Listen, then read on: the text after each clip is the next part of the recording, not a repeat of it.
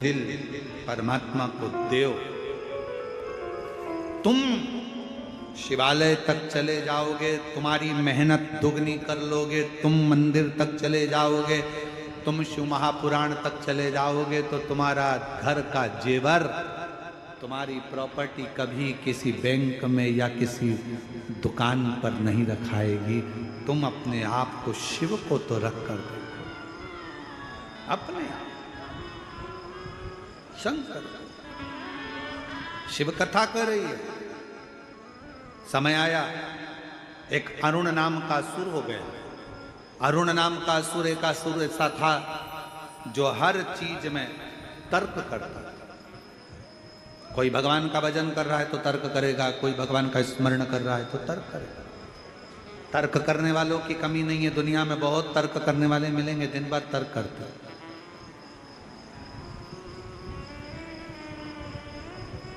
एक तर्क करने वाला व्यक्ति एक भक्त से मिल गया। भक्त जा रहा था मंदिर, वो भी उसके पीछे चला गया।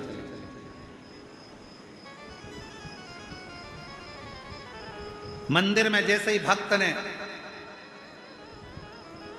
भगवान को प्रणाम करा, वो भी प्रणाम करता हुआ देखकर पीछे पीछे आ गया। पीछे आया तो तर्क करने वाले व्यक्ति ने भक्त से कहा, तुम जो दिया लगाते हो, इस दिए में ज्योति कहां से आती है, मालूम है तुमको? अब भक्त कैसे बताए बेचारा कहां से आती है? ये दिए में ज्योति कहां से आती है बताओ। उसने जो दिया जलाया, तर्क वाले ने दिया जलाया, दिया जलाकर कहा, बताओ इसमें ज्योति कहां से आती है, इसमें प्रकाश कहां से आता है?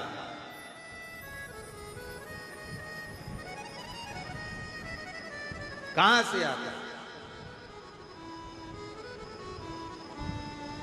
भक्त कहने लगा, ये सब भगवान की कृपा है, भगवान के भाव से आता है।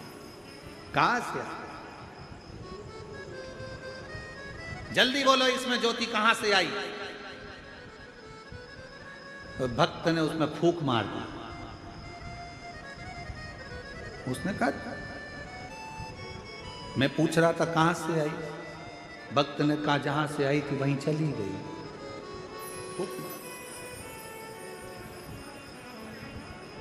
आवाज बुझ गई। ज्योत देने वाला वो है, प्रकाश देने वाला वो है।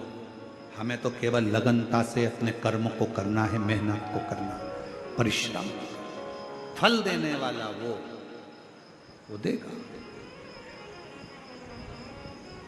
आप करो मेहनत। एक अरुण नाम का असुर हो गया जो तर्क करता था, बात बात में बस क्लेश करना। कोई अच्छा बोल रहा है उसमें से कुछ एक छांट लेना, कोई अच्छा काम कर रहा है उसमें से कुछ बेकार छांट लेना, लोगों को अड़चन देना, लोगों को परेशान करना, लोगों को अपशब्द कहना, लोगों को ताना देना, लोगों को गाली देना, लोगों को अड़ा तड़ा करना। अच्छा दिखता नहीं।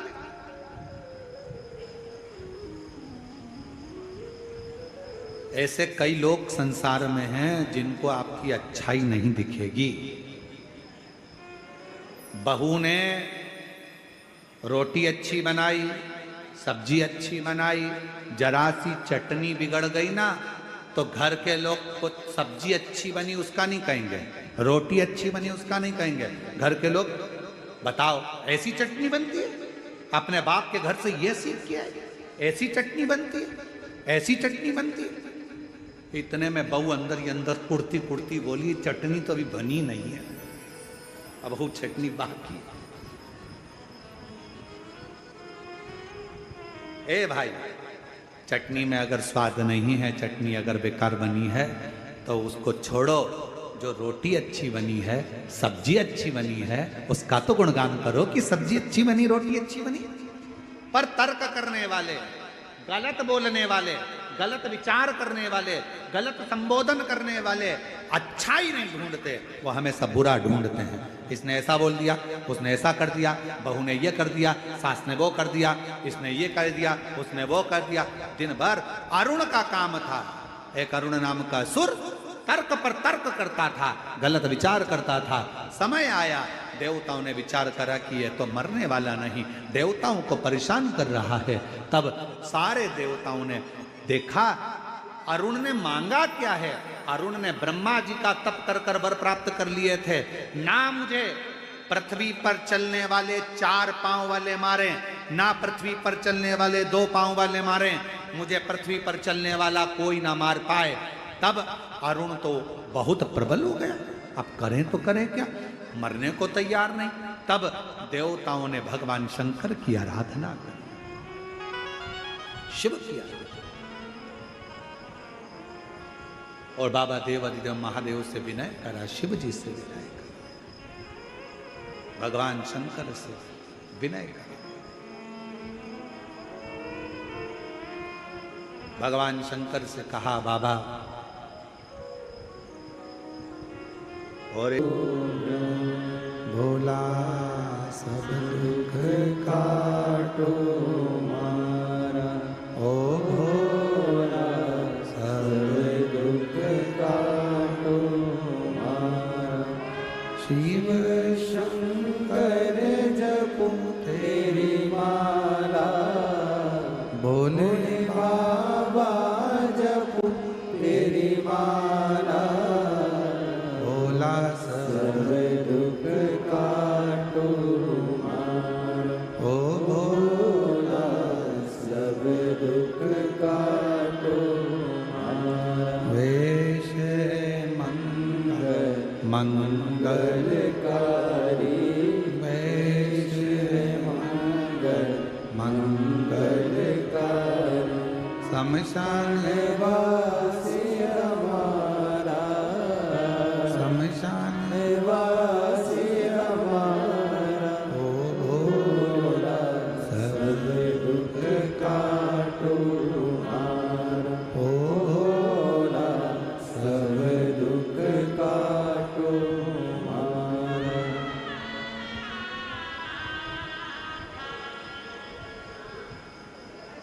बाबा देवाधिदेव महादेव, भगवान शिव गढ़दानी तरकालदर्शी कैलाशी शंकर, ओगढ़दानी भगवान शंकर, नित्य नई कृपा करने वाले, माँ अरुण नाम के असुर को मारने के लिए माँ जगत जननी ने अपने शरीर से भंवरों को और मधुमक्खी को उत्पन्न कर दिया। तब माँ जगत जननी का नाम भ्रामरी देवी पड़ा। ये माँ भ्रामरी देवी कब का है? जब कोई दूर बैठा है बहुत और आप किसी का स्मरण कर रहे हो कि ये काम उसका होना चाहिए, तो माँ भ्रामरी का स्मरण कर कर 1 लोटा जल जब हम चढ़ाते हैं तो जीव का कल्याण जरूर होता है, जिसका स्मरण आपने किया है। भ्रामरी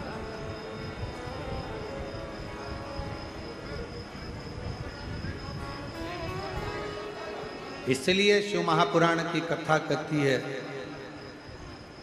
आपका समर्पण शिव के प्रति एक आनंदता देता है। 12 ज्योतिर्लिंग का स्मरण ईसर गोरा के सम्मुख में तुमरुका जी चंचुला देवी को कहते हैं। चंद्रदेव को काया का रोग होने पर रोग मुक्त किया है और शिवजी का नाम सोमेश्वर महादेव पड़ा।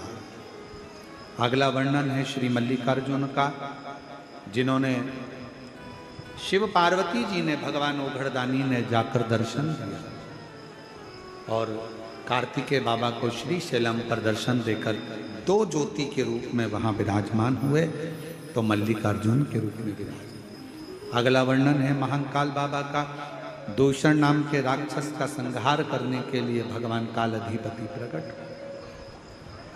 महाकाल के रूप में विराजे। फिर ओमकारेश्वर बाबा का वर्णन आया, जिन्होंने विंध्य नामक पर्वत को दर्शन देकर सार्थक किया है विंध्य। फिर वर्णन आया केदारनाथ जी का, नर नारायण का तप, भगवान शिव का प्रागट्य, और यहीं पर उनका धड़ और शीश नेपाल में तो पशुपतिनाथ के रूप में रखा। अगला वर्णन आया है भीमा शंकर का, कुंभकर्ण के बेटे भीम का भगवान शंकर ने संहार किया था तो नाम भीमा शंकर। कोई देवता ऐसा नहीं जो असुरों के नाम पर भी अपना नाम दे देता। भगवान शिव ने अपना नाम देकर भीम का संहार कर कर भीमा शंकर के रूप में विराजमान। अगला वर्णन है काशी विश्वनाथ का। मनु शत्रुपा के तप के बल से भगवान विश्वनाथ के रूप में विराजमान हुए। फिर त्र्यंबकेश्वर का वर्णन आया। बाबा पर गौ हत्या का दोष लगा। दोष लगाने वाले कोई दूसरे नहीं होते, अपने ही अपनों को बर्बाद करने में लगे हैं। आज सनातन धर्म को दूसरों से जितनी चोट नहीं पहुंचती उतनी अपनों से चोट पहुंच रही।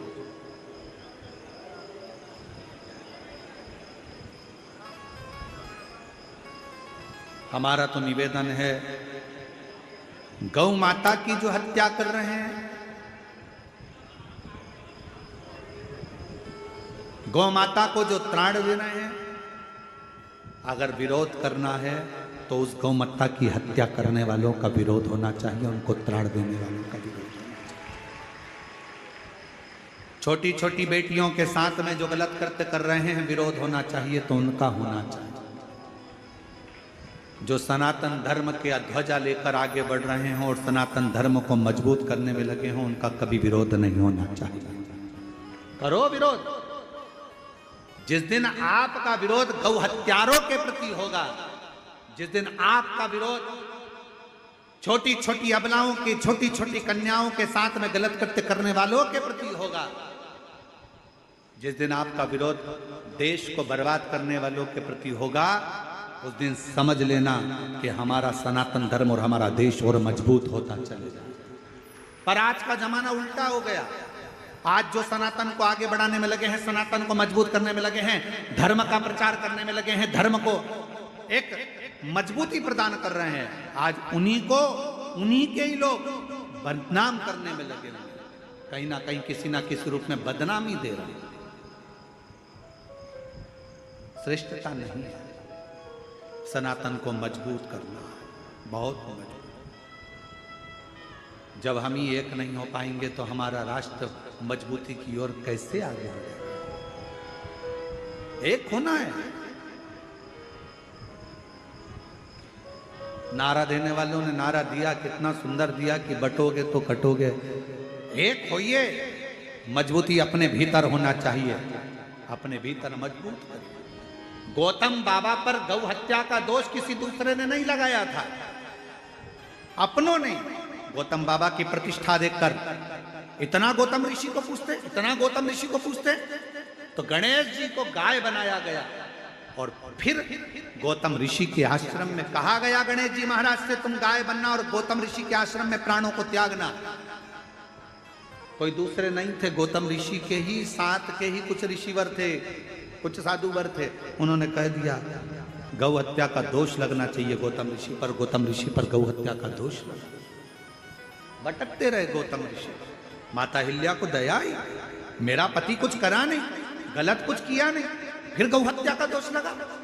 अब निर्णय देने के लिए तो भगवान को भी आना पड़ेगा।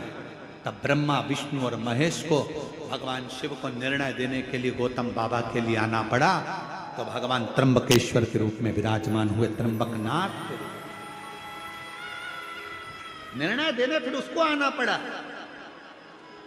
जब ज्यादा पाप बढ़ जाता है, अनाचार दुराचार बढ़ जाता है, और जब फिर अंत समय एक ऐसा आ जाता है कि अपने अपने को काट करने लगे, तब उस ब्रह्मा, भगवान विष्णु और भगवान शिव को भी आना पड़ता है। और गौतम ऋषि के लिए आए। कोई दूसरे ने दोष नहीं लगाया था, अपनों ने दोष लगाया गौतम ऋषि। और गौतम बाबा मौन रहे, चुप रहे, क्योंकि वो जवाब देगा, हमें नहीं देना है, वो जवाब देगा। आया वो अपने भक्त के लिए पृथ्वी पर आ गया। त्र्यंबकेश्वर बाबा की जो धरा है, वहां त्र्यंबकनाथ विराजमान हो गए। रावण शिव जी को लेकर चले तो भगवान वेदनाथ जी के रूप में विराजमान हो गए। दारुक नाम के राक्षस के लिए भगवान नागेश्वर रूप धारण कर लेते हैं और राम जी के लिए रामेश्वर बन जाते हैं। सुधर्म नाम के ब्राह्मण की पत्नी घूष्मा के बेटे को जीवित करा तो कृष्णेश्वर बन जाते हैं। अपने भक्त के लिए हर पल रूप धारण कर लेता है। 12 ज्योतिर्लिंग में जो ज्योति के पुंज शिव बैठे हैं वो साधारण नहीं है, मेरा शंकर स्वयं आकर बैठा है। और 12 ज्योतिर्लिंग के मध्य में कुबेरेश्वर बाबा आकर बैठे हैं, जो संपूर्ण जगत का कल्याण कर रहे हैं। शिव तत्व को जानो। ईसर गोरा की साक्षी में कह दिया गया, कहा तुमरुका जी ने कहा कि जो इस पवित्र शिव महापुराण की कथा को श्रवण करेगा, हृदय में धारण करेगा, ईसर गोरा की साक्षी शिव पार्वती उसकी झोली खुशियों से भर देंगे। कथा करवाने वाला कोई नहीं, शिव है। कथा सुनने वाला शिव है और कथा करने वाला भी शिव है। यहां श्री सरयू प्रसाद जी देशमुख, श्रीमती टिकेश्वरी देशमुख, श्री रूपेश जी देशमुख, श्रीमती लीलावती देशमुख, समस्त महाकाल परिवार निकुंज दुर्ग छत्तीसगढ़ से जो ये कथा चल रही है, यजमान परिवार को मैं धन्यवाद देता हूं, जिन्होंने अथक मेहनत कर कर और पूरे गांव के लोगों ने एकजुट होकर इस शिव महापुराण की कथा को संभाला। संपूर्ण प्रशासन को, यहाँ के कलेक्टर महोदय, IG, DIG, commissioner, SP, SSP, TI, सभी तहसीलदार, सभी यहाँ के एसडीएम और जो भी पदाधिकारी गण हैं, चिकित्सा विभाग, पीडब्ल्यूडी विभाग, विद्युत विभाग, और यहाँ के जो भी सरपंच हो, विधायक हो, सांसद हो, मंत्री हो, जो भी यहाँ के पदाधिकारी गण हो, अध्यक्ष हो, उपाध्यक्ष हो, सबको साधुवाद देता हूँ। आप लोगों की मेहनत रंग लाई है। प्रशासन ने इतनी सुंदर व्यवस्था संभाली, एक बार पूरी प्रशासन के लिए जोरदार ताली बजाकर साधु का। यहाँ के माननीय मुख्यमंत्री जी को, श्री विष्णुदेव सहाय जी को, और यहाँ की पूरी सोशल मीडिया, यहाँ के एक एक पत्रकार बंधुओं को, जिन्होंने इस कथा को जनमानस तक भेजा है, सारी सोशल मीडिया को, सारे पत्रकारों के लिए जोरदार ताली बजाकर साधुवाद, जिन्होंने अपने इस शिव पुराण की कथा को जनमानस तक भेजने का क्रम किया। और समस्त आस्था चैनल के श्रोताओं को नमन करते हुए, बाबा शंकर देव अधिदेव महादेव आप सबकी झोलियां खुशियों से भरे, ये भाव लेते हुए आज कथा को यहाँ विराम की ओर लेते हैं। और 26 तारीख से 1 बजे से 4 बजे तक फिर आस्था चैनल पर मिलेंगे। बेलपत्र शिव महापुराण की कथा बेजापुर महाराष्ट्र की पवित्र धरा से। उसके बाद में 2 तारीख को वो कथा विराम होगी। 5 तारीख से 9 तारीख तक 5 दिवसीय शिव पुराण की कथा सीहोर कुबेरेश्वर बाबा के धाम में गुरु पूर्णिमा महोत्सव होगा। 10 तारीख को शिव दीक्षा गुरु दीक्षा रहेगी। उसके बाद कथा का क्रम फिर आगे बढ़ते हुए, जैसे आप लोगों को प्रथम में कहा कि 12 जुलाई से 18 जुलाई तक कोरबा छत्तीसगढ़ में शिव महापुराण की कथा श्रावण के महीने में रहेगी। और श्रावण के महीने भी 7